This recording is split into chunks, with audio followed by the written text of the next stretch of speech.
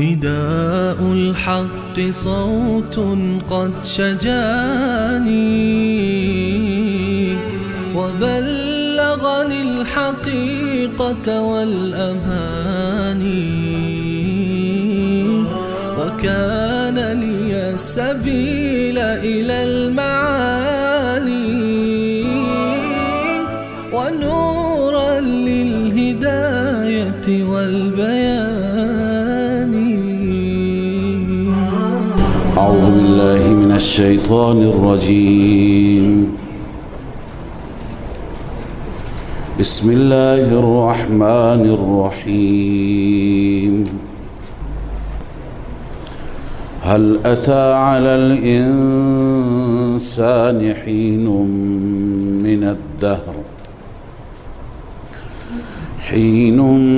من الدهر لم يكن شيئا مذكورا. إنا خلقنا الإنسان من نطفة أمشاج نبتليه فجعلناه سميعا بصيرا.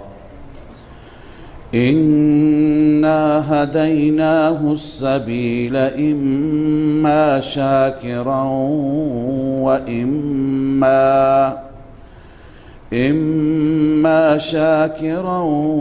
وإما كفورا. إنا أعتدنا للكافرين سلاسل وأغلالا وسعيرا. صدق الله العظيم. اللهم صل على سيدنا وشفيعنا سبحانك لا علم لنا إلا ما علمتنا لا حول ولا قوة إلا بالله العلي العظيم. رب اشرح لي صدري.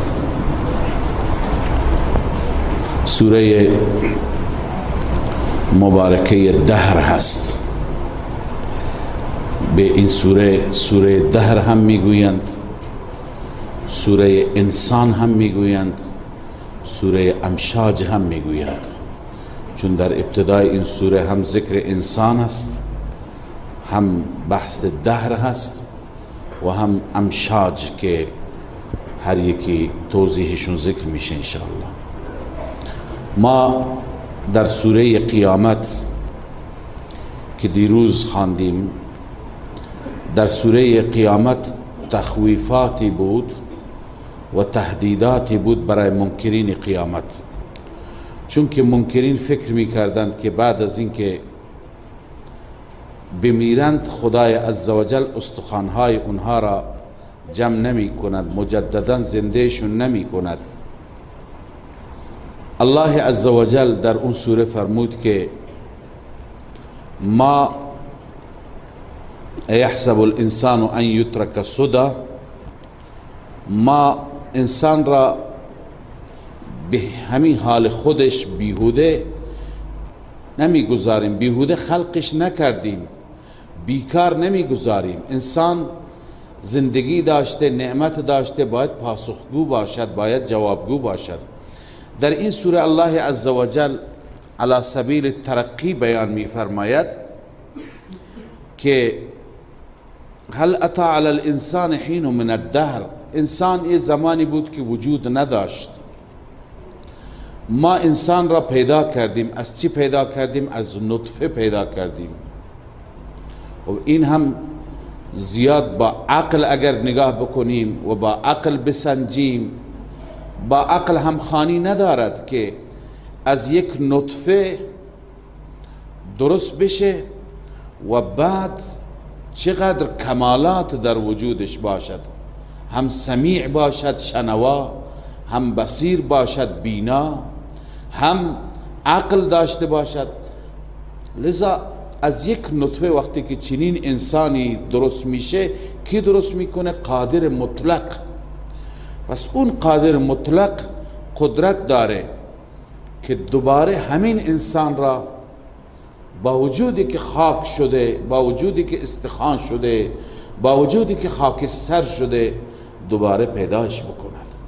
پس در ابتدای این سوره مبارکه دلیل خلقت دوباره، دلیل پیدایش بعد از مرگ هست. الله تعالی می فرماید هل اتی علی الانسان حین من الدهر.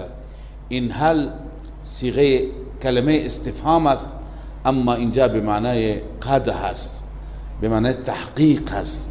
مثل هل اتاک حدیث الغاشیه، هل اتی علی الانسان حین، ای قد اتی، به تحقیق بر انسان آمد زمانی، حین من الدهر، از زمانه، وقتی از زمانه بود که لم یکن شیئا مذکورا، مراد جنس انسان است، که انسان اصلا شیء قابل ذکر نبود.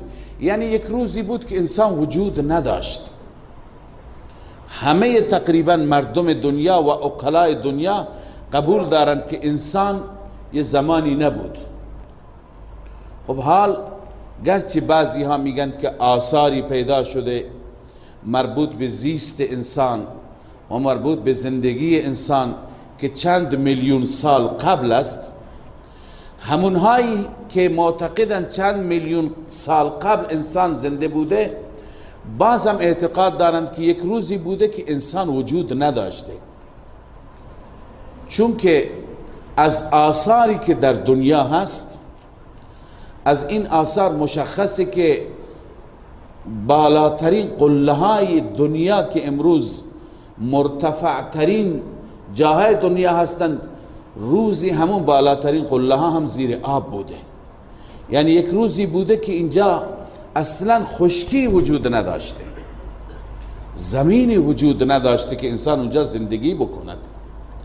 لذا معلوم میشه که یک دوری بوده، یک عصری بوده، همونطور که قرآن میگه انسان وجود نداشته. قبل از پیدایش انسان جنات بودند. الله عزوجل این مخلوق را قبل از انسان پیدا کرده، اما انسان برای بار اول با خلقت حضرت آدم پیدا شد. حال حضرت آدم چند سال پیش بوده اینو الله بهتر میداند. این که در تفسیرهای ما نوشته شده که 6000 سال پیش یا الان میگن 7000 سال پیش حضرت آدم به وجود آمده، این تاریخی هست که از کتابهای اهل کتاب گرفته شده، از کتابهای یهود و نصارا گرفته شده و در رابطه با اطلاعاتی که ما از اهل کتاب میگیریم، پیغمبر عظیم الشأن ما به ما دستور دادند که از اهل کتاب اگر چیزی را منتقل میکنید، روایت میکنید، بکنید، اما نه ما تصدیق میکنیم نه تکذیب میکنیم، نه تایید میکنیم نه رد میکنیم. به چه دلیل؟ به دلیل اینکه اولا این کتابهای آسمانی هستند. امکان داره که چیزی اگر تو اینها هست از مطالبی است که خدا فرموده، لذا رد نمی کنیم. این امکان هم هست که چون این کتابها تحریف شدند، بعدا ملاهای یهود و نصارا دستکاری کردن، این احتمال هست که اونها خودشون این چیز را اضافه کردن، لذا تایید هم نمی کنیم، رد هم نمی کنیم. البته اگر چیزی تو این کتابها باشد که با قرآن مخالف باشه، اون وقت با شدت رد می کنیم. مثلا تو این کتابها هست که بعضی از انبیا جادوگری میکردند، حضرت سلیمان را میگن. خب این را ما با شدت رد میکنیم، ما میگیم دروغه، خلافه، چون قرآن گفته و ما کفر سلیمان هیچ وقت جادو نکرد. جادو یعنی کفر، هیچ وقت کفر نکرد. پس چیزی که تو کتابهای اونها با عقاید ما مخالف باشه، با عقاید قرآنی مخالف باشه، ما اونها رد میکنیم. اما چیزی که به عقیده ما مربوط نیست، مثلا درباره پیدایش آدم که 7000 سال پیش بوده، نه تایید میکنیم نه رد میکنیم. خدا میدونه که آدم چند هزار سال پیش بوده. این مربوط به عقاید و به دیدگاه های اسلامی ما نیست، لذا چه قبولش بکنیم چه نکنیم به حال ما فرقی نمی کند. به هر حال معلوم میشه که یک روزی بوده که انسان اصلا وجود نداشته. الله می فرماید هل اتی علی الانسان ای قد اتی علی الانسان، بر انسان آمد حین من الدهر، وقتی از همین زمانه که لم یکن شیئا مذکورا، انسان چیزی قابل ذکر نبود، یعنی انسان موجودی نبود که کسی اشاره بکنه بگه این موجود، اصلا موجود نبود، معدوم بود. ما آفریدیم انسان را، ما که آفریدیم، وقتی که الله از ابتدا آفریده انتهایش را هم میتونه بیافریند. الله می فرماید انا خلقنا الانسان من نطفه امشاج، ما آفریدیم انسان را از نطفه امشاج. امشاج یعنی مخلوط، مخلوط یعنی بلا نسبت نطفه مرد و زن با هم چی میشه؟ مخلوط میشه، قاطی میشه. ما انسان را از این آفریدیم. الان ببین دو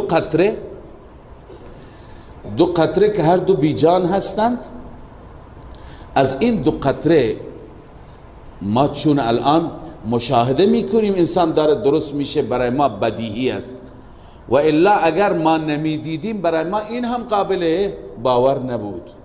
لذا الله می فرماید از نطفه‌ای که امشاج مخلوط است نبتلیه، این را ما آفریدیم و بعدا این را ما امتحان میکنیم. امتحان میاد که الله می فرماید ما به انسان دو راه دادیم. دو راه، اولا الله می فرماید تمام حواس را بهش دادیم، بهش چشم دادیم، گوش دادیم، زبان دادیم، عقل دادیم که فکر بکنه، پیامبران را هم فرستادیم که بیشتر کمکش بکنه، راه را بهش نشان بده. بعدا دو راه جلوش گذاشتیم، این راه را انتخاب کن یا این راه. پس نبتلیه، در حالی که ما اون انسان را امتحان میکنیم، آزمایش میکنیم. فجعلناه سمیعا بصیرا، ما این انسان را قرار دادیم سمیع و بصیر، هم شنوا و هم بینا. هم شنواست، هر چیز را میشنود، هم بیناست، هر چیز را میبیند، هم گویاست، مثل بلبل و بهتر از بلبل سخن میگوید، هم عاقل است، همه چیز را درک میکند. بر و بحر را در اختیار گرفته، زمین را هم در اختیار خودش گرفته، دریا هم در اختیار انسان، جو و فضا هم در اختیار انسان. از تمام مخلوقات خدا در استفاده میکنه. به کره ماه میره، به سیاره ها میره، این دریاها را از این سر دنیا به اون سر دنیا، تمام حمل و نقل را این انسان، اگر بگیم فسقلی توهین نشه، این انسان با این قد و قوارش تمام دنیا در اختیارش هست، لگام تمام دنیا را گرفته. این انسان از چی پیدا شده؟ از یک نطفه. آیا این معقول است؟ این با عقل برابر است؟ الله میفرماید ما وقتی که این را پیدا کردیم و الله داره به شما نشان میده که چطور این کار را کرده، پس الله این انسان را دوباره نمیتونه زنده بکنه. لذا الله می فرماید فجعلناه سمیعا بصیرا، ما این انسان را قرار دادیم سمیع و بصیر، هم می شنود هم می بیند. انا هدیناه السبیل، ما به او راهنمایی کردیم، او را به راه، دو راه بهش نشان دادیم. این راه را به وسیله کتب و رسول بنویسید. هم انبیا را فرستادیم، هم کتب فرستادیم که ای انسان جلوی دو راه هست، راه هدایت، راه زلالت، راه تاریکی، راه نور، راهی که به خدا میرسد، راهی که به شیطان میرسد، یا راهی که به بهشت میره، راهی که به جهنم میره. لذا دو راه جلوش گذاشتیم. حال انسان از دو حال خالی نیست. اما شاکرا و اما کفورا، یا این انسان قدردان است، شاکر است، یا اینکه این انسان ناشاکر و ناسپاس است، یا اینکه این همه نعمت خدا بهش داده، چشم داده، گوش داده، صحت و سلامتی داده، مال داده، عقل داده، همه امکانات را داده، شکرگزار میشه، خدا را عبادت میکنه، با خدا کسی را شریک نمیگیرد، شب و روز به یاد خدا میشه، زندگیش را طبق دستور خدا میگذراند. و اما کفورا، یا این انسان ناسپاس میشه، نعمت را خدا بهش داده، این ناشاکر میره غیر خدا را سجده میکنه، همین چیز را خدا بهش داده، این بدبخت میگه یا فلان تو به من کمک کن، به جای اینکه از خدا کمک بگیرد شرک میکنه. اما کفورن، کفور همینه، ناسپاس همینه، همه نعمت را بهش داده که او را سجده بکند، سجده نمی کند، نماز نمی خواند، این کفور است، این انسان ناسپاس است. لذا الله می فرماید ما انسان را بعد از این که همه قوت ها را بهش دادیم، همه توانایی ها را بهش دادیم، این انسان اما شاکرن و اما کفورا، یا شکرگزار و قدردان است یا ناسپاس و ناشاکر است. اما الله عزوجل برای هر گروه جای تعیین کرده. الله می فرماید انا اعتدنا للکافرین، ما آماده کردیم برای کافرین، برای اون کفور، برای اون ناسپاس، اون ناشاکر، آماده کردیم سلاسل و اغلالا و سعیرا، ما برایش زنجیرها آماده کردیم و اغلالا توقها آماده کردیم و سعیرا آتش شعله‌زن آماده کردیم. هم زنجیرهایی که به اون زنجیرها بسته میشه، هم توق لعنتی که به گردنش انداخته میشه، هم آتشی که شعله میزند و شب و روز او را میسوزاند. لذا این برای ناسپاس است. اون کسی که سپاسگزار است اون را الله عزوجل در این سوره مفصل بیان کرده که چه نعمتهایی برایش هست. برای کافر و ناشاکر الله مختصر فرمود، زنجیر، توق، آتش شعله زن. اما ان الابرار یشربون من کأس، بشارت از اینجا، انا اعتدنا للکافرین تخویف بود، تهدید بود، از اینجا مژده هست، بشارت هست، بشارت اخروی.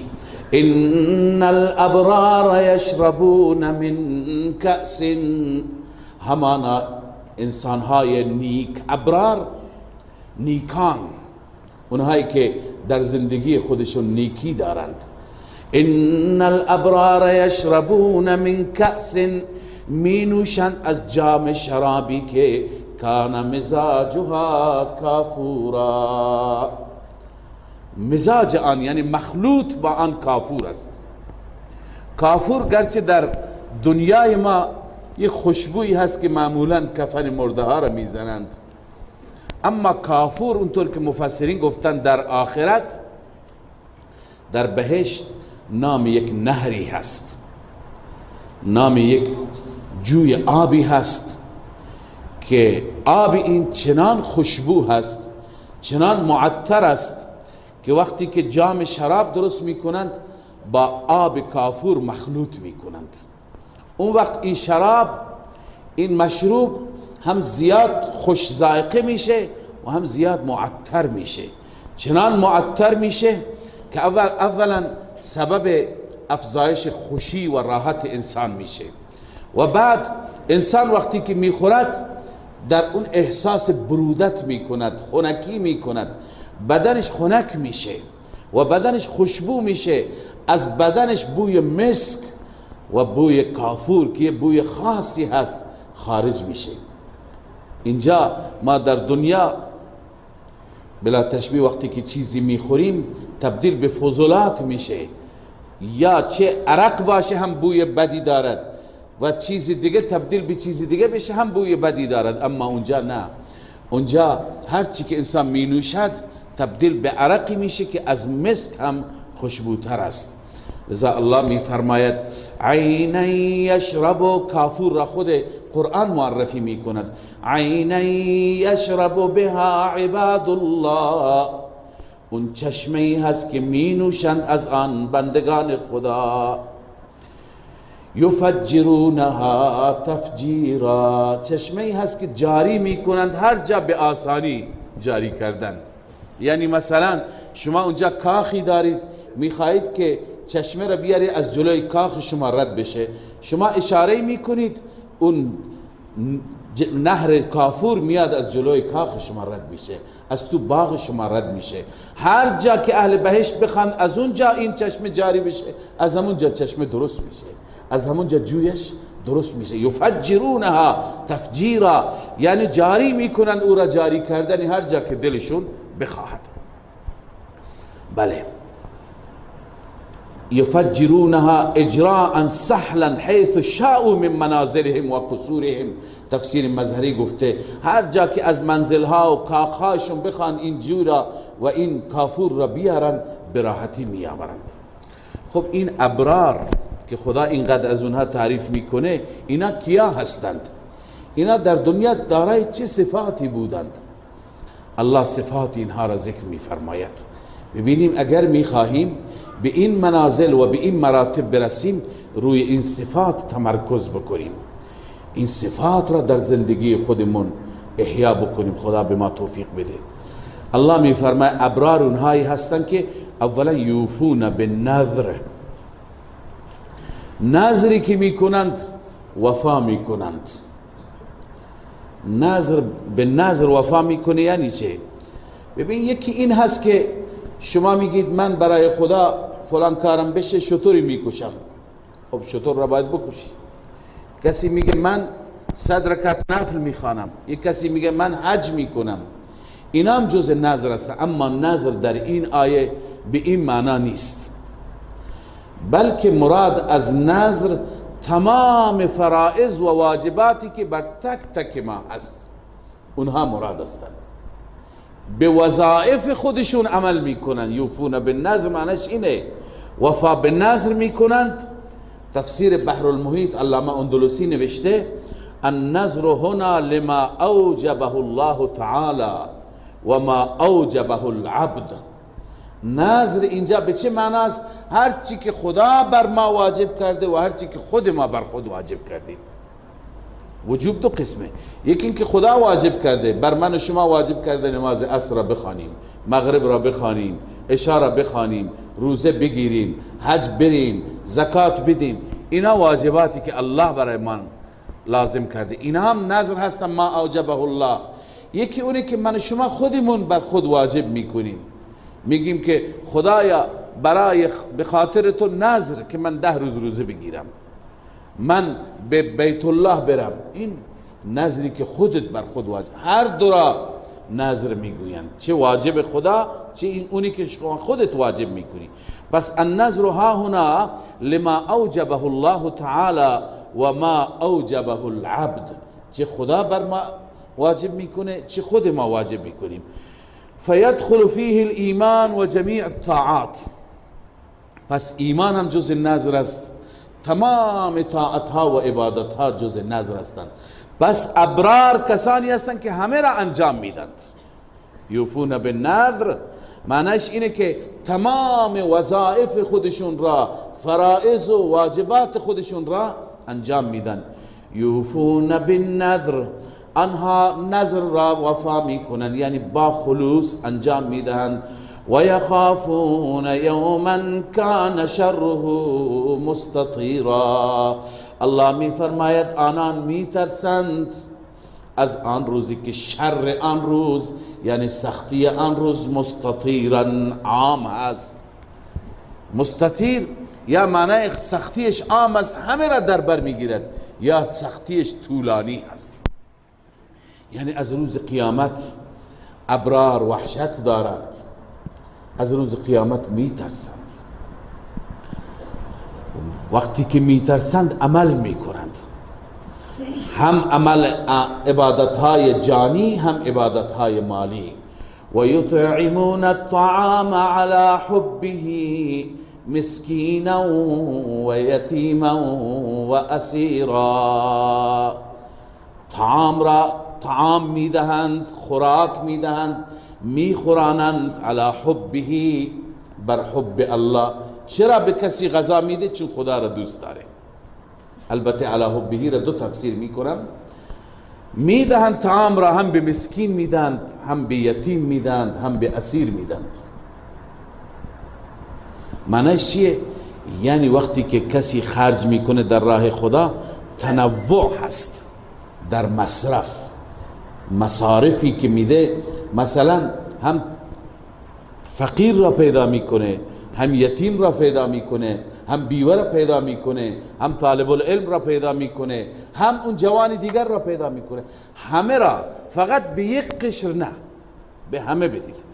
الله عزوجل اونجا که صدقات را برشمرده 8 گروه فرموده: انما الصدقات للفقراء والمساکین والعاملین علیها والمؤلفة قلوبهم وفي الرقاب والغارمین فی سبیل الله وابن السبیل. 8 گروه را الله ذکر میفرماید.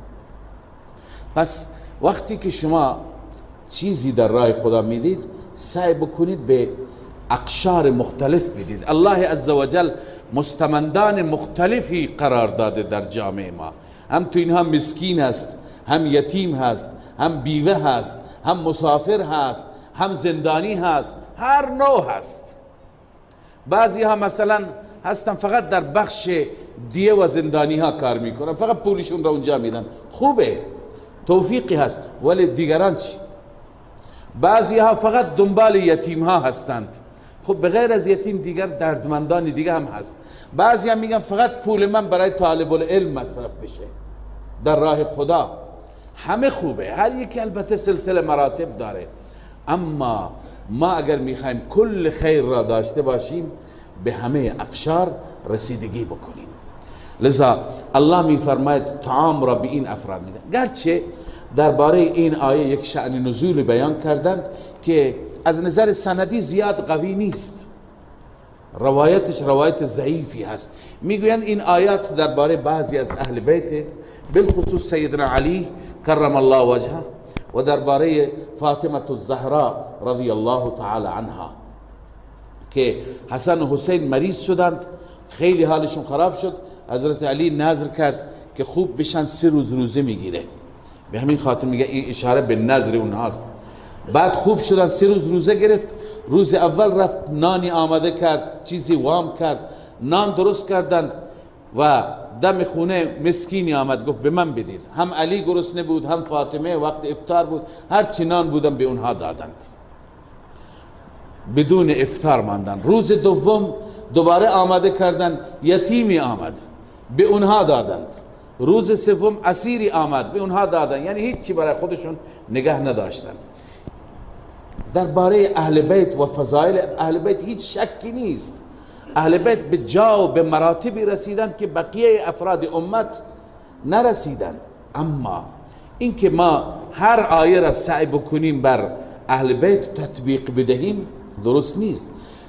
ممکن است که مصداق این بودند، اونها صحابه بودند، ولی آیه را به صورت عام تفسیر میکنیم که من و شما هم بتونیم مثل این باشیم، من و شما هم بتونیم مصداق این آیه باشیم و این آیه و فضیلت این درباره من و شما هم صدق بکند. بنابراین این 2 تا تفسیر داره. عرض کردم یکی و یطعمون الطعام علی حبه، حبه ضمیر به الله برمیگرده، یعنی علی حب الله. طعامی که میده، غذایی که میده، خوراکی که میده، چرا میده؟ به خاطر محبت الله میده، یعنی اخلاص داره.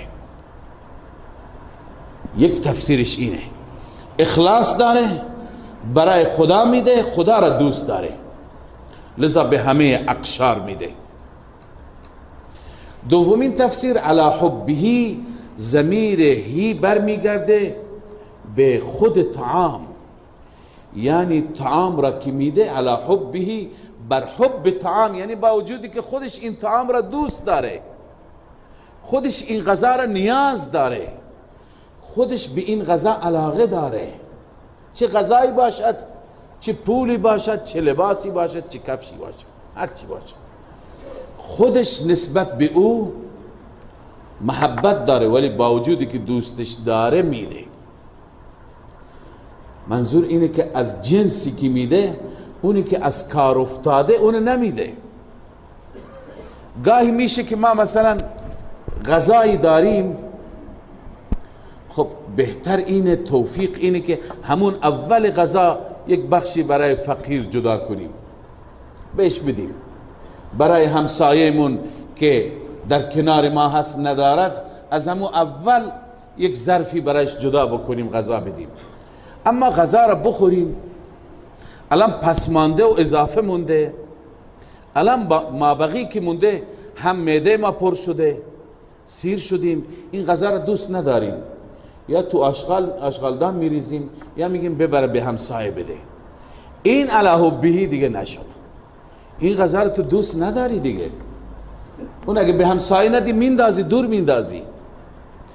لذا غذای انسان بده، صدقه انسان در راه خدا بده، و بالخصوص زکات انسان بده که چی؟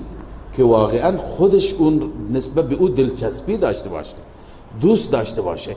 مثل بعضی، من عذر میخوام، بعضی مغازه‌داران شهر خودمون نباشیم که گاهی مثلا میخوان زکات پارچه هایشون را بدن، پارچه فروشه، مثلا کفش فروشه یا مواد غذایی میفروشه، میارن چیزهایی را به عنوان زکات میدن که اون جنس الان از مد افتاده، به قول خودشون بنجل شده، مشتری ندارد، کسی نمیخرد. الان اینا را میارم تحویل حوزه میدم، اینا را بین طلاب تقسیم بکنید.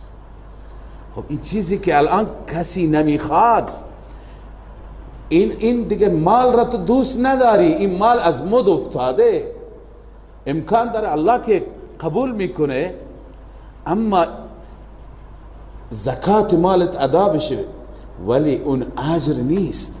یا مثلا مواد خوراکی، موادی که آخره خیلی وقتا اینجا برای آشپزخانه مواد خوراکی میارن، میگن زودتر اینا رو درست کنی که 1 ماه 20 روز از تاریخش مونده، بعد از اون خراب میشه دیگه. این طعامی هست که اگر این نگه داری اینم خوبه، اینم توفیقی هست، ولی اگر این را نگه داری خراب میشه.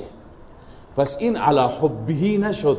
این طعام را خود دوست نداری، این لباس را خود دوست نداری، این کفش را خودت دوست نداری، الان چون مشتری نداره به عنوان زکات مالت حساب میکنی، به عنوان صدقه میدهی. لذا توفیق اینه، کمال اینه، هنر اینه که طعام را بدی در صورتی که اون طعام را خودت هم بهش رغبت داشته باشی، خودش بهش اشتیاق و علاقه داشته باشی. یا مثلا در عروسی های ما، در بسیاری از عروسی ها یادی از فقرا نیست، یادی از مساکین نیست، فقط افرادی که آدم های با شخصیت از نظر مادی، مرفه، پولدار، صاحبان ماشین های بالا اینها دعوت میشند. روی اون سفره فقرا نیستند. آخر که غذا میموند، بعضی ها که غذا رو میندازن اسراف میکنن، بعضی همین قدر همت دارند که میگن این غذا رو ببرید فلان منطقه محروم، اونجا بین مردم تقسیم بکنید. اینم خوبه ولی کمال نیست، توفیق زیاد نیست. توفیق همینه که همون زمان اگر این آدمای با شخصیت را از نظر شما با شخصیت دعوت کردی، کار خوبی کردی، یک طرف سفره فقرا باشند. رسول اکرم صلی الله علیه و سلم رد کردن اون سفره ولیمه و عروسی را که فقط اهل ثروت اونجا دعوت بشند و هیچ کسی از فقرا و از بینواها و از مستمندان نباشند. برکت سفره شما این هاست، انما ترزقون بضعفائکم، شما را اگر خدا رزق داده به برکت ضعفاست، به برکت فقراست. چه بسا اینها را شما خدمت میکنید، رزق شما بیشتر و برکت پیدا میکنه. لذا پس طعامی بدهید به مستمند که اون طعام هنوز خود شما به اون طعام علاقه مندید، به اون صدقه خود شما رغبت دارید. لذا الله می فرماید و یطعمون الطعام علی حبه، طعام را میدهند در حالی که طعام را خودشون هم دوست دارند، یا اینکه در حالی که الله را دوست دارند به خاطر الله میدهند. به کی میدهند؟ مسکینن، به مسکین میدهند. مسکین کدومه؟ مسکین را دو تفسیر کردن تو قرآن. بعضی گفتن او مسکینن ذا متربه، متربه یعنی خاک. مسکین اونه که خاک داره، معنی اینه تو خونش خاک پیدا میشه دیگه چیزی پیدا نمیشه. بعضی گفتن نه اون فقیره. مسکین اونه که یه کمی داره، به اندازه قوت لایموتی هم داره، این مسکین را میتونی حتی زکات بدی. ما در سوره کهف میخوانیم در داستان موسی و خضر، اونجایی که خضر کشتی را شکست، داستان طولانی است. موسی بعد میپرسه که چرا این کار را کردی؟ میگه و اما السفینه فکانت لمساکین، اون کشتی کرایه کشی میکردن چند تا مسکین بودند، چند تا آدم نادار بودند. پس ببینید چند تا مسکین شریک شدن یک کشتی خریدند. این مسکینه ولی اینکه داره درآمد داره. پس مسکین اون نیستی که کلن بیکار باشه فلج باشه، اونم هست. اینی که درآمد اندکی داره هم مسکینه. بنابراین مثلا یک کارگری کار میکنی تو بازار، روزی 30,000 تومان میگیره، این 30,000 تومان به زور به خورد بچه هاش میده. شما بگی این خودش درآمد داره، جوان کار میکنه، به این نده؟ نه، اینم مسکینه. حتی کسی یک پراید داره کرایه کشی میکنه، با مشکل قسطاش را در میاره، با مشکل نان فرزندانش را در میاره، اینم مسکینه. اگر دیگه سرمایه اضافه تو بانک ها نداره، به اینم میتونی زکات بدی. لذا مسکین طبق این تعریف دوم که در سوره کهف هست، اون کسی است که اندک داره اما سرمایه نداره، پسنداز نداره.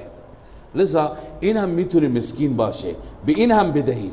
لذا الله می فرماید علی حبه مسکینا و یتیما، یتیم اونه که سرپرست نداره، و اسیرا اونه که اسیر هست. اسیر یکی اونه که در زمان قدیم جنگ ها بود، در دست دشمنی افتاد، باید پول میدادیم تا اون را آزاد میکردیم. امروز بر زندانیان صدق میکنه، اسیر هستن. خیلی از افراد هستن به خاطر چک های خودشون تو زندان هستن، چکشون پاس نشده ورشکست شده. بعضی هستند که تصادف کردن، قتل خطا کردن، دیهی برگردنشون هست.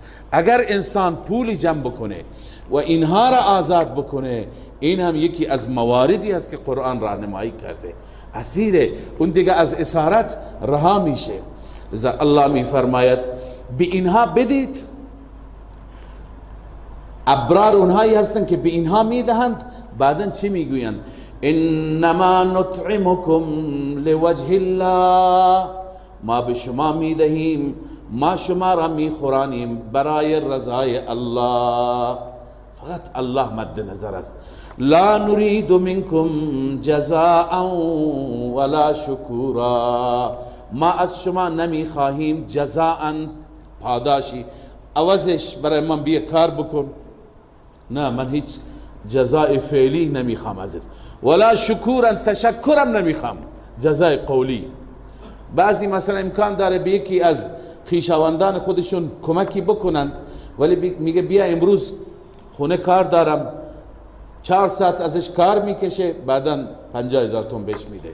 خب این دیگه نشد، صدقه را بهش دادی ولی کار کشیدی ازش کار نخوا، ازش عوض نخوا. اونی که بهش دادی اون دیگه همون حق و زحمه و مزد شد، نه هیچی شما و نه هیچی اون. اما کسی که جزا نخواد، عوض نخواد، ولا شکورا تشکرم نخواد، نمیخواد از من تشکر بکنی، الله راضی باشه، لوجه الله، برای الله. انا نخاف من ربنا یوما عبوسا قمطریرا. اینها چرا میدند در راه خدا؟ 2 چیز، یکی خوف، یکی رجا، یکی امید، یکی ترس. انسان میده امیدواره که الله بهش بده و هم میده از الله میترسه وقتی مؤاخذه نکنه این حق مال را من ادا نکردم، لذا از اینم میترسه. انا نخاف من ربنا، همانا ما میترسیم از رب من، یوما عبوسا قمطریرا، از اون روزی که عبوس هست. عبوس یعنی سخت. اصل عبوس چهره ها که متغیر بشه، چهره های کفار در اون روز متغیره. یوم تسود وجوه، چهره ها سیاه، چشم ها کبود، بدن ها زخمی، لذا از اون روز میترسیم. قمطریرا یعنی خیلی سخت، خیلی مشکل. لذا میگوید که من که در راه خدا صدقه میکنم از اون روز میترسم که پایم گیر نکند. الله عزوجل میفرماید وقتی که این انسان ها با این انگیزه، با این اخلاص در راه من خرج میکنند، من خدا هم اونها را از شر اون روز حفاظت میکنم. واقعا صدقه آتش را خاموش میکند، صدقه غضب رب را خاموش میکند. گاهی الله ناراضی بر بنده به خاطر یک کار اشتباهی که کرده، انسان توبه بکنه صدقه بده، صدقه غضب رب را خاموش میکنه. لذا الله میفرماید فوقاهم الله شر ذلك اليوم، الله آنها را حفاظت میکند از شر اون روز، از مضرات اون روز، از بلای اون روز. ولقاهم نظرة و سرورا، الله میفرماید به اونها میدهد الله تر و تازگی و سرورا، شادمانی و خوشی. در اون روز چهرهشون حشاش بشاش، تر و تازه، خوشحال و خندان. این انسان ها دیگه کارشون را تو دنیا کردند. ولقاهم، الله طوری اینها را با اینها برخورد میکنه، اینها را ملاقات میکنه که اینها تر و تازه هستند، شاد و خوشحال هستند. و جزاهم بما صبروا جنة و حریرا، الله به اینها جزا میده. چه جزایی؟ جزا چرا بهشون میده؟ بما صبروا، به سبب آنچه که صبر کردن در دنیا. چه جزایی؟ جنة و حریرا، بهشت میده و لباس های بهشتی و ابریشمی، لباس های ابریشمی و بهشتی به تنشون میده. خب عرض کنم خدمت شما بما صبروا، میخواستم عرض کنم روی این بما صبروا. الله اشاره میکنه که یکی از دلائل اینه که شما در دنیا صبر کردید. این چه صبری مراده؟ یک صبر عند المصیبت است. خدا برای یک انسانی مصیبتی میاره، مشکلی میاره، انسان صبر میکنه، انسان داد و فریاد نمیکنه، انسان ناشکری نمیکنه. این صبر هم باعث اجر میشه. الذين اذا اصابتهم مصیبه قالوا انا لله و انا الیه راجعون، اینایی که صبر میکنند و انا لله میخوانند، اولئک علیهم صلوات من ربهم، اینها با عنایات ویژه و خاص رب العالمین مواجه میشن. ولی اینجا اون صبر مراد نیست. ما دو تا صبر دیگه داریم. صبر سه نوع هست. یکی صبر به وقت مصیبت که همه شما میدونید یعنی چی. یعنی مصیبت آمد انسان شکایت نکنه، انسان ناشاکر نباشه. یکی دیگه هست صبر بر طاعت، صبر بر طاعت و عبادت، یعنی استقامت. صبر بر طاعت اینه که انسان همیشه طاعت و عبادت بکنه، فقط در ماه رمضان نه، فقط در ایام محرم نه، فقط در ایام حج نه، در زمان خاص، مکان خاص انسان عابد و زاهد بشه، در اوقات دیگه غافل. این صبور نیست. صبر اینه که وعبد ربک حتی یأتیک الیقین، بر طاعت و عبادت استقامت کن تا دم موت. استقامت خیلی مشکل هم هست و مهم هم هست. همیشه از رب استقامت بخواهید. گاهی انسان مریض میشه، گاهی دیگه مشکلات میاد، گاهی احوال در دنیا میاد، انسان فاصله میگیره، از دین، از مسجد، از عبادت. لذا صبر یکی اینه که ما بر طاعتها و عبادتهای خودمون استقامت کنیم. الان مثلا توفیقی داریم نماز شب میخوانیم، فقط در رمضان نخوانیم، غیر رمضان هم بخوانیم. الان خدا را به کثرت یاد میکنید، در غیر رمضان هم به کثرت یاد کنیم. الان تلاوت میکنیم، در غیر رمضان هم تلاوت داشته باشیم. این را میگن صبر. این صبر بر طاعت است. و یکی دیگر سومین نوع صبر، صبر بر ترک معصیت. صبر بر ترک معصیت. گناه را که ترک کردی استقامت کن. مثلا الان رمضان گناه را ترک کردند خیلی ها، خدا استقامت بده. بعضی ها هستن که مثلا در ماهای دیگه فیلم نامناسب نگاه میکنن، الان ترک کردن. خب استقامت کن بر ترک معصیت. نامحرم نگاه نمیکنه، خب استقامت کن. هر گناهی، بعضی ها هستن عصبانی میشن خودشون را کنترل میکنند، الان کنترل میکنن. استقامت کن. بعد از رمضان هم به سر کسی نزن، کسی را فوش نده، کسی را نرنجان. همه نوع گناهان، چه اونی که مربوط به حقوق خداست، چه اونی که مربوط به حقوق بندگان است. انسان صبر باید داشته باشه. الله میفرماد ای بنده، من بهشت را به دادم در مقابل اون صبری که در دنیا کردی. یعنی استقامت بر عبادت کردی، استقامت بر ترک معصیت کردی، به خاطر اون این بهشت را به دادم. لذا الله می فرماید و جزاهم بما صبروا، الله آنها را جزا داد به سبب آنچه که صبر کردن، استقامت در دین کردن. جنتا و حریرا، الله بهشون بهشت داد و لباس های فاخرانه و ابریشمی بهشتی داد. متکئین فیها علی الارائک، اینها تکیه دادن در اون بهشت بر تخت ها. لا یرون فیها شمسا ولا زمهریرا، در آن بهشت اینها نمی بینند خورشید، یعنی گرمی نیست، ولا زمهریرا و سردی. زمهریر میگن سردی سخت را، یعنی هوایش هوای بهاریه، نه گرمه و نه سرده. و دانیتا علیهم ظلالها، و سایه ها نزدیک است. سایه هایی که الله تعیین کرده، این سایه ها پایین است. دانیه به معنی قریب، نزدیک است بر اون بهشتی ها. ظلالها، سایه های درخت ها. و ذللت قطوفها تذلیلا، و نزدیک قرار گرفته میوه های آن، اون میوه هایی که انسان ها میچینند. تذلیلا، نزدیک قرار گرفتنی.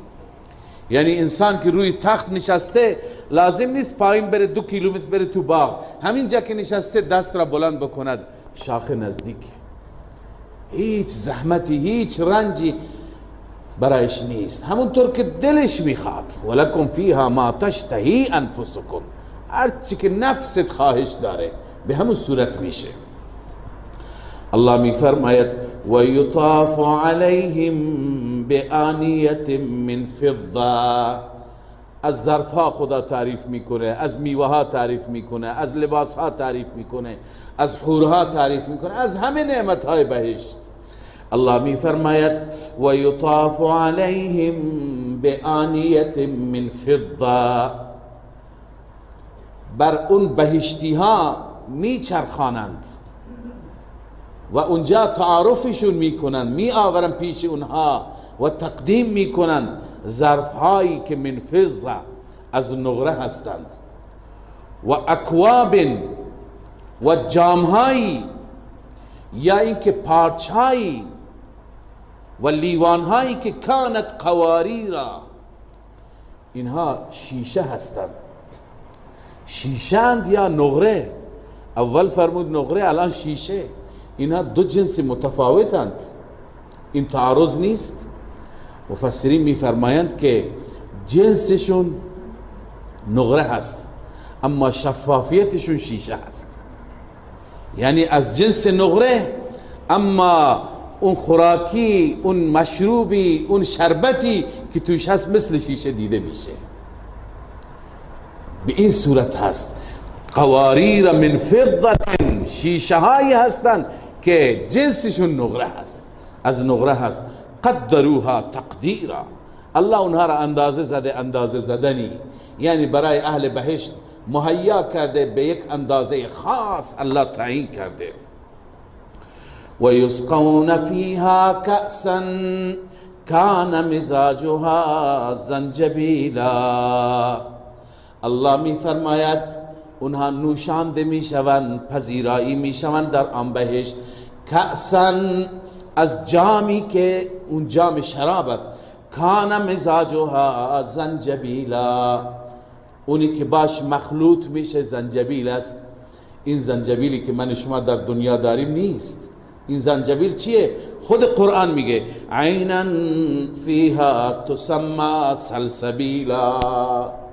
اون زنجبیل نام چشمه‌ای هست در آن بهشت، تسمى سلسبیلا، که نام گذاری شده به سلسبیل. اسمش هست سلسبیل. سلسبیل یعنی سهلة المصاغ، از گلو به راحتی پایین میاد. انسان وقتی که بنوشد انسان احساس سبکی میکنه، انسان احساس میکنه بدنش سبک میشه. بعضی آبها هستن در همین دنیا این خاصیت را دارن، آب مینوشی آب سنگینه، اما بعضی آبها هستن آبهای شیرین و فرات که آب را سر میکشی احساس میکنی بدن سبک شد، هاضمه هست، هر چی که تو معده سنگینی و سنگینی را هم سبک میکنه. لذا این زنجبیل یا این سلسبیل، این شربتی که با اون جام شراب، این آبی که با اون جام شراب مخلوط میشه، وقتی که انسان می نوشد انسان کلا بدنش سبک میشه، راحت میشه.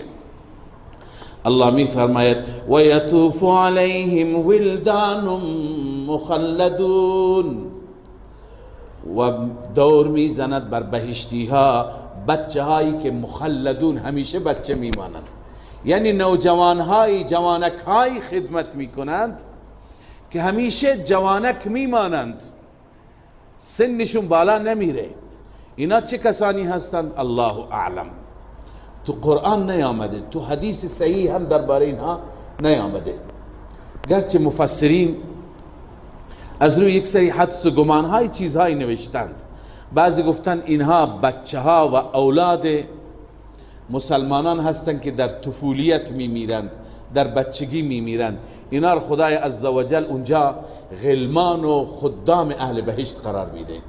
بعضی میگن نه، اونها که مسلمان هستند اونها به عنوان خادم نیستند، اینها بچه های کفار هستند که در کوچکی میمیرند، اونها را الله عزوجل به عنوان خدام بهشت قرار میده.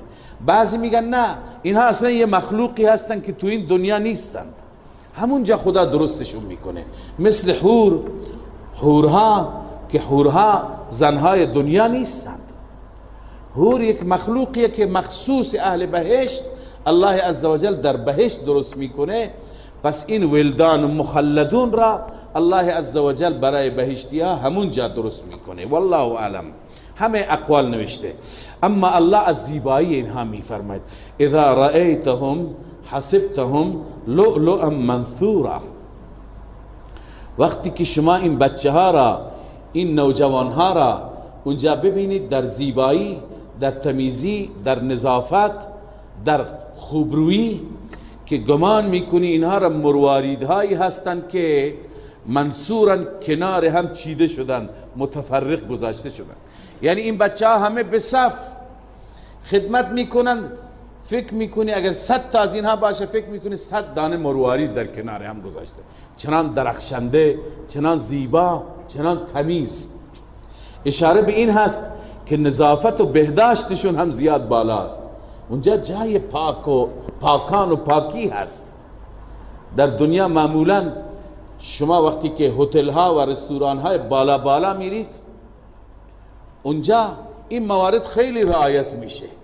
بیشتر سعی میکنند که کسانی اونجا خدمت بکنند که هم ظاهر خوبی داشته باشن، هم لباس خوبی داشته باشن، هم شکل خوبی داشته باشن، که وقتی که غذایی برای انسان میاره دیگه انسان حالت تهوع پیدا نکنه از غذا، از دستهایش، از لباسش، از رختش. لذا اونجا الله عزوجل این اشاره را میکنه که اینها در زیبایی چنان هستند، گویی که اینها لؤلؤ منثور هستند، مرواریدهای پراکنده و کنار هم گذاشته شده هستند. و اذا رأیت ثم رأیت نعیما و ملکا کبیرا. الله می فرماید هرگاه اونجا را ببینی، بهشت را ببینی، ثم رأیت آنجا می بینی نعیما نعمت بسیار بزرگی و ملکا کبیرا و ملک و پادشاهی بسیار بزرگی. هر یکی از شما یک پادشاه، هر یکی یک قدرتی برای خودتون دارید، یک منطقه‌ای که تحت حوزه استحفاظی شما به حساب میاد. در بعضی روایت ها میاد که به هر انسانی به اندازه همین دنیا در بهشت میرسه. اینجا که ما موندیم این همه انسان چیکار میکنه، ولی اونجا شاید شرایط دیگری هست. لذا الله بسیار زیاد به انسان میده، ملک کبیر به انسان میده. عالیهم ثیاب سندس خضر و استبرق. اینجا الله عزوجل از لباس ها بی فرماید، لباس های قسمت بالا ثیاب سندس خضر، لباس ابریشم کلفت هست، ابریشمی که خضر سبز رنگ است، ابریشم نازک و استبرق و همچنین ابریشم زخیم. سندس ابریشم نازک را میگن، استبرق ابریشم زخیم را میگن. منظور اینه که ظاهر و عالیش، قسمت بالایش ابریشم نازکی هست، داخلش ابریشم زخیمتری، چون زخیم از نظر حالت ایستادن معمولا بهتر می ایستد و این ظاهرش که نازک است چون خیلی نرم هست. والله اعلم این اجتهاد است، انسان فکر میکنه به این خاطر است، ولی معنا و منظور آیه این هست که انواع ابریشم ها، لباس های ابریشمی از هر نوع زخیم، نوع کلفت و سبز رنگ لباس بهشتی ها را رسول اکرم صلی الله علیه وسلم هم فرمود سبز رنگ هستند، سبز رنگ بهشون داده میشه. و حلوا اساور من فضه، و همچنین پوشانده میشوند علنگوها و دستبندهای نقره‌ای، هم نقره‌ای هم طلایی در جای دیگه آمده. اینجا برای ما علنگو دستبند زشته، زنها میپوشند، اونجا نه، اونجا زیباست، همه میپوشند. همونطور که به عنوان مثال ساعت الان به دست بسته هست، هر یکی سعی میکنه ساعتش بهتر باشد. اونجا چنین شرایطی هست که انسان علنگوهای بسیار زیبا و دستبندهای زیبایی دارد. و سقاهم ربهم شرابا طهورا، ربشان آنها را می نوشاند شراب پاکیزه، نوشیدنی پاک، چنان که انسان می خورد پاکتر میشه. ان هذا کان لکم جزاء و کان سعیکم مشکورا. الله عزوجل در پایان این بحث بهشت خطاب به ابرار میفرماید، اینها همه پاداش ابرار بودند، انسانهای نیک صفت، نیک خصلت. الله خطاب میکند ای بندگان نیک من، ان هذا کان لکم جزاء، این جزای شماست، این پاداش شماست. و کان سعیکم مشکورا، این را الله میفرماید تا اینکه شما بدانید که سعی شما، تلاش شما، نماز شما، روزه شما، جهاد شما، تلاوت شما، ذکر شما مشکور است، یعنی قدر شده هست، ازش قدردانی میشه. این نیست که نمازش را خواندی تمام شد، نه، این نوشته میشه، ثبت میشه برات. اینکه هزار بار حسبنا الله میخوانی، سبحان الله میخوانی، الحمدلله میخوانی، 3 روزی یک ختم میگیری، هفته یک ختم میگیری، ماهی یک ختم قرآن میگیری، اینا همه مشکور است. یعنی از اینها شکرگزاری میشه، قدردانی میشه. قدردانی همین نعمت هاست. لذا الله عزوجل در واقع ما را دلگرم میکند که اعمالی که شما در دنیا انجام میدید گرچه نتیجه اش را نمیبینید، اما اونجا نتیجه اش را میبینید. انا نحن نزلنا عليك القرآن تنزیلا. بحث انسان که انسان دو گروه میشه، اما شاکرا و اما کفورا. بعداً برای کافرین خدا چه آماده کرد، برای ابرار و بهشتی ها چه آماده کرد، این به پایان رسید. حال الله عزوجل در رابطه با قرآن اینجا مطالب بیان میفرماید، فضیلت قرآن. چون که ببینید همه این مطالب زیبا را ما از قرآن میگیریم. لذا الله میفرماید انا نحن نزلنا عليك القرآن تنزیلا. همانا ما نازل کردیم بر تو ای محمد صلی الله علیه و سلم قرآن را تنزیلا، آهسته آهسته نازل کردنی، تدریجا و کم کم نازل میکنیم. فاصبر لحکم ربک.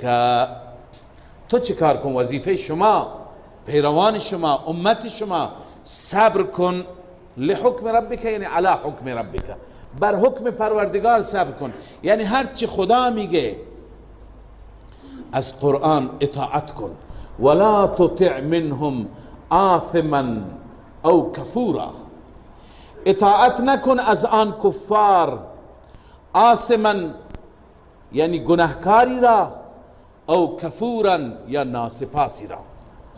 آثم شما پایینش بنویسیم، تفسیرش هست بد عمل، کفور بنویسیم بد عقیده. یعنی انسانی که عقیده شرکی و کفری دارد و انسانی که عمل فاسدی دارد، از این نوع انسان ها اطاعت نکن، از قرآن اطاعت کن. من این مطلب را چند بار باز کردم برای طلاب عزیز و تکرار می کنم که الله عزوجل از ما این انتظار را دارد که ما در زندگی خودمون بر احکام قرآن عمل بکنیم، به دستورات قرآن عمل بکنیم، به فقهی و مسائلی که از قرآن برداشت داریم عمل بکنیم. شاید افرادی که اطراف ما هستند، انسانهایی که اطراف ما هستند، از ما انتظاراتی داشته باشند. امکان داره از ما انتظار داشته باشند ما بعضی از مسائل خودمون را به خاطر مصلحت، به خاطر وحدت، به خاطر سیاست، به خاطر یک سری منافع ملی ما کنار بگذاریم و بریم اونجا همراهی بکنیم. ما نه، در این نوع سیاست، این مصلحت، این وحدت به درد نمیخورد. در مسائل دینی نباید از کسی اطاعت شد.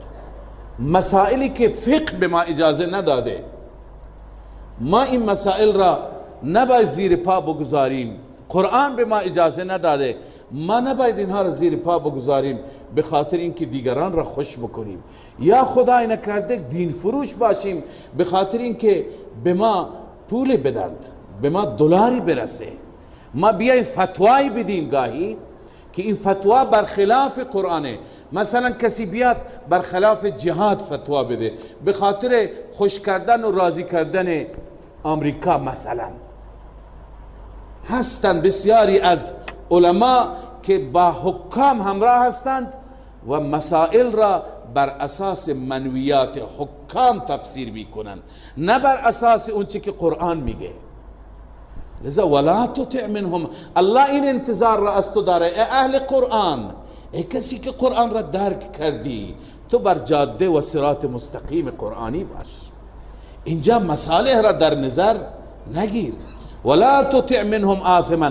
اون انسانی که بد عمل است، او کفورا، اون انسانی که بد عقیده است، اهل شرک، اهل خرافات، از تو میخواد که بیا خرافاتش را تایید کن، از تو میخواهد که بیا اون کاری که اون انجام میده او را جایز قرار بده.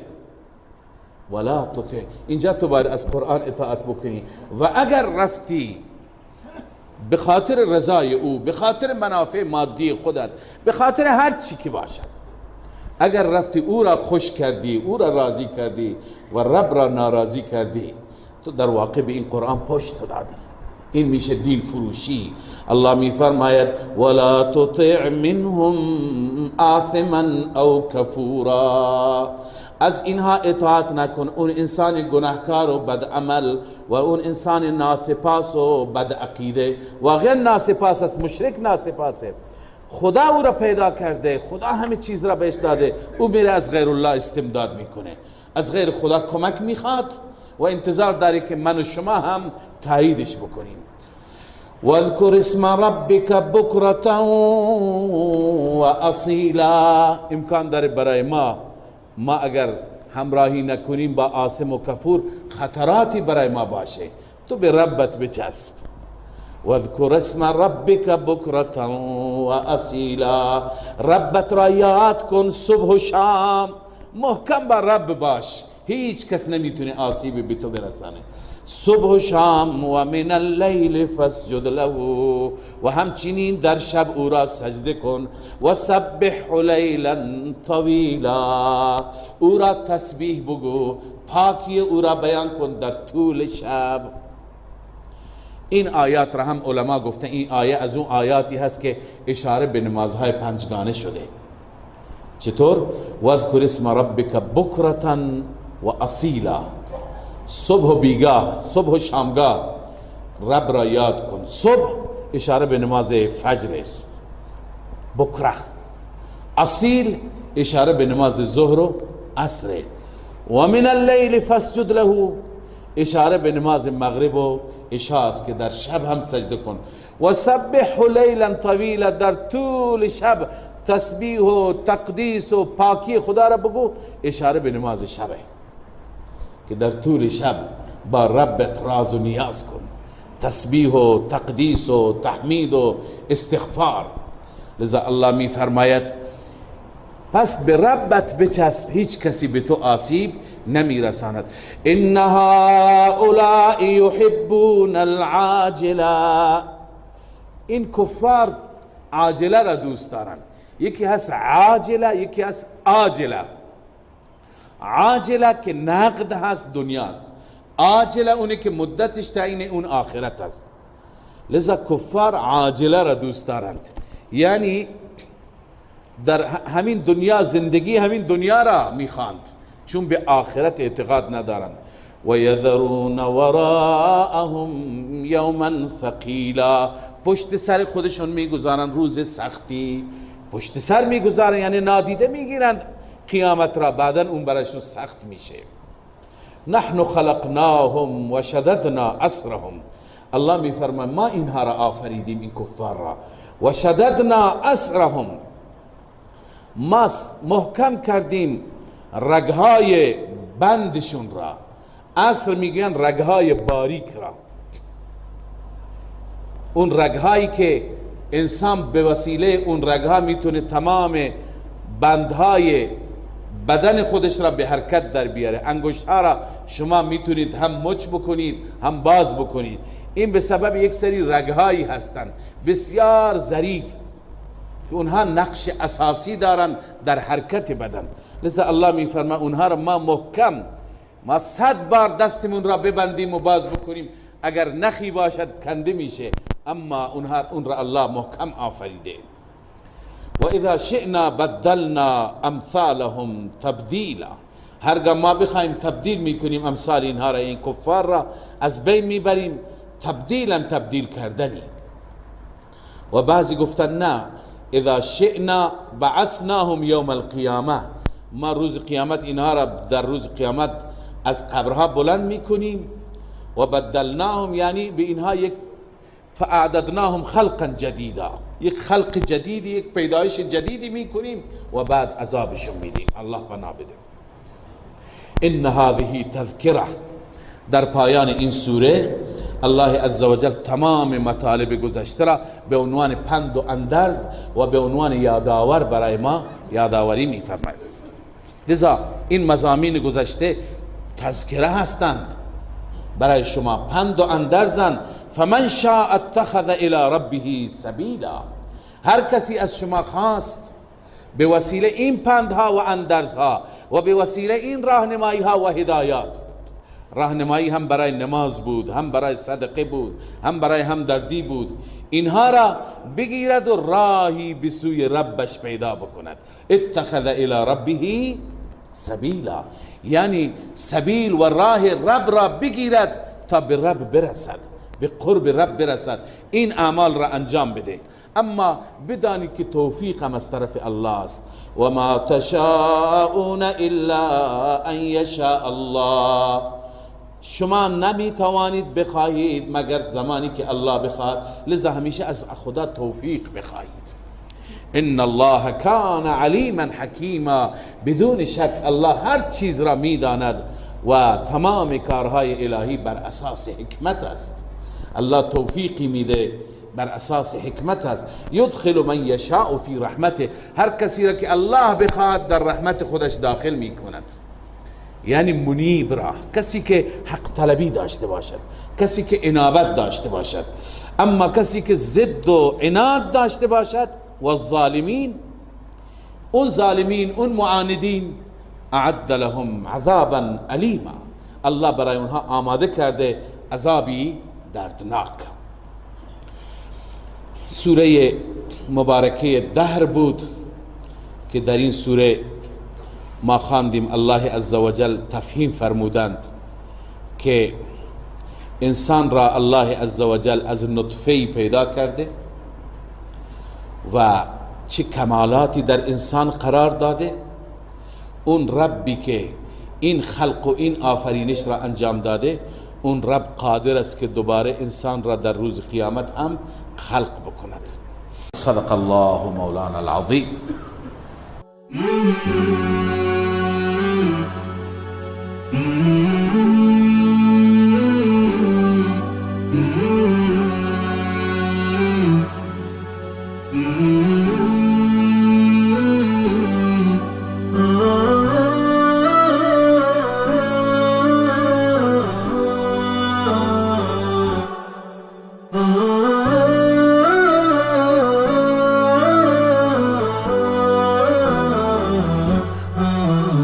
نداء الحق صوت قد شجاني وبلغني الحقيقة والأماني، وكان لي السبيل إلى المعالي، ونورا للهداية والبيان.